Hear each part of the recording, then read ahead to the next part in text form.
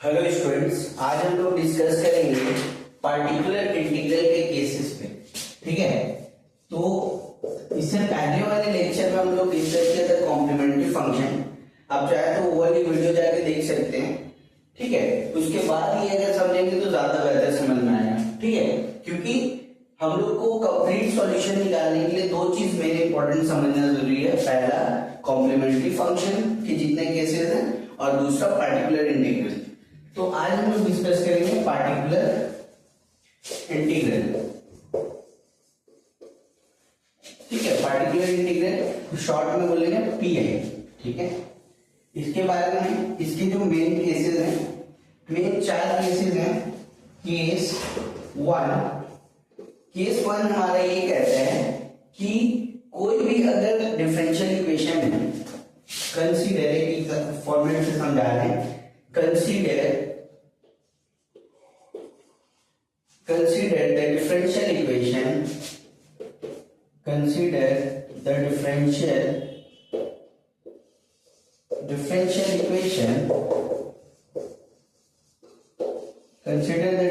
equation f d y is equal to capital X for pi.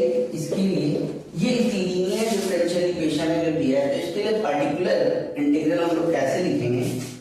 1 upon function of D जो भी दिया होगा into x. ठीक है, केस वन में इसको एक एग्जांपल से समझिए। ठीक है, मान लीजिए कि एक फंक्शन दिया है, फंक्शन ऑफ डी दिया हुआ है d प्लस 2। ठीक है, तो इसका पीआई कैसे लिखेंगे? 1 अपॉन फंक्शन ऑफ d कितना है? 1 अपॉन d प्लस 2। और x की वैल्यू हो सकता है फंक्शन ऑफ d के बाद x की वैल्यू tan x लिखी हो। ठीक है, जो भी फंक्शन दे रहेगा उसके साथ क्या लिख रहेगी? tan x equal this equal to this. तो यहां पे क्या आ जाएगा?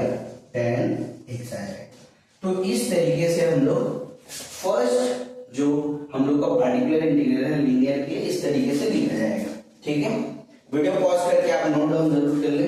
ठीक है, केस नंबर 2 देखिए।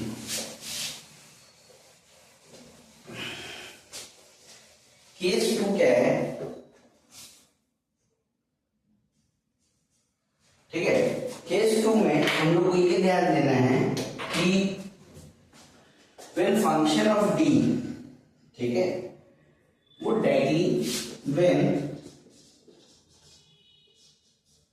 when फंक्शन ऑफ डी मान चल रहा है, when फंक्शन ऑफ डी जो एफ डी की वैल्यू है, when फंक्शन ऑफ डी सिर्फ डी। ठीक है, तो इस कंडीशन में डायरेक्टली हम लोग रिप्लेस कर देते हैं। ये तो केस 1 था। ठीक है, ये फंक्शन ऑफ डी की वैल्यू जब डी होगी तो इस तरीके से रिप्लेस किए थे, जो पिछला हम लोग पढ़ चुके हैं। अब यहाँ पे अगर फंक्शन ऑफ डी जो है वो d माइनस ए पैटर्न का हो, इस पैटर्न में d माइनस ए। ठीक है, तो इसके लिए पीआई हम लोग कैसे लिखेंगे? PI is equal to 1 upon क्या हो जाएगा? d minus a into x. ठीक है, d minus a into x.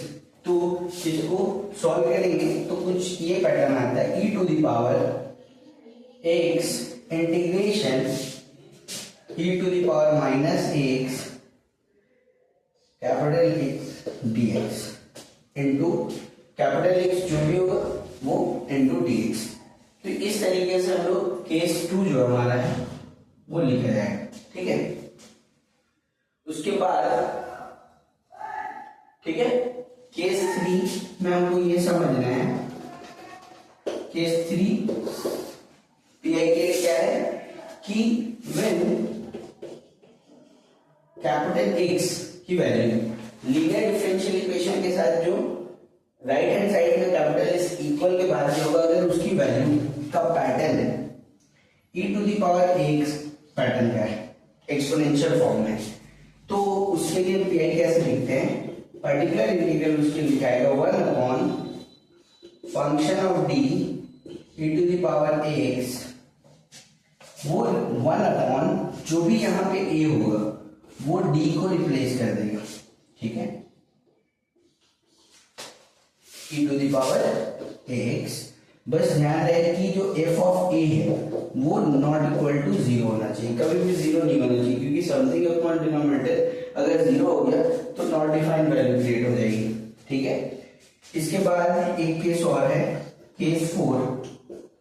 Case 4 में क्या बोलता है कि व्हेन कैपिटल X की वैल्यू का pattern sine ax plus b के पैटर्न में हो या cos ax प्लस b के पैटर्न में हो। अगर x की वैल्यू इस पैटर्न में है तो pi कैसे लिखाएगा, pi is equal to 1 upon function of d square into sine ax plus b। ये रिप्लेस होगा, जो भी डी स्क्वायर है वो यहां पे जो भी वैल्यू रहेगी 1 upon minus of a square से वो क्या हो जाएगा, रिप्लेस हो जाएगा sine x plus b. Same cos के टर्म्स में भी रहेगा, अगर कॉस के लिए रहेगा तो यहाँ कॉस आ जाएगा, ठीक है।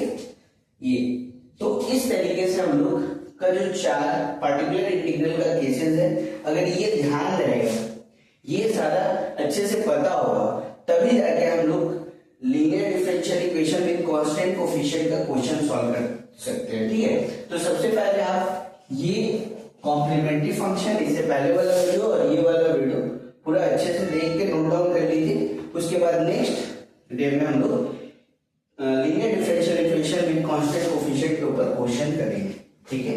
Thank you for watching this video.